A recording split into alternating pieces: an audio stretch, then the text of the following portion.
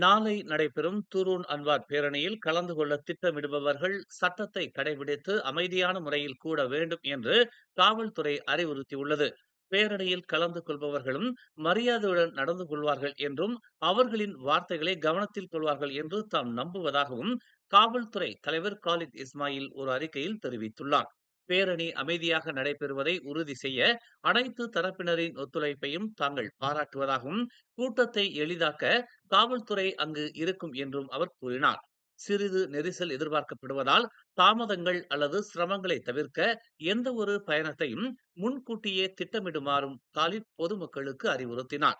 அன்வாரின் பிரதமர் பதவியை ராஜினாமா செய்ய வலியுறுத்துவதற்காக பரிகாத்தான் நேஷனல் இந்த பேரணியை திட்டமிட்டுள்ளது.